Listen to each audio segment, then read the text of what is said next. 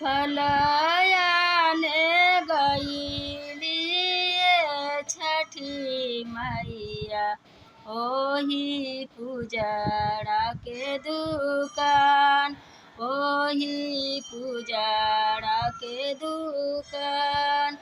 पुजारा छोकरवाए छठी मैया हमें देला झिनार, हमें देला झिनार।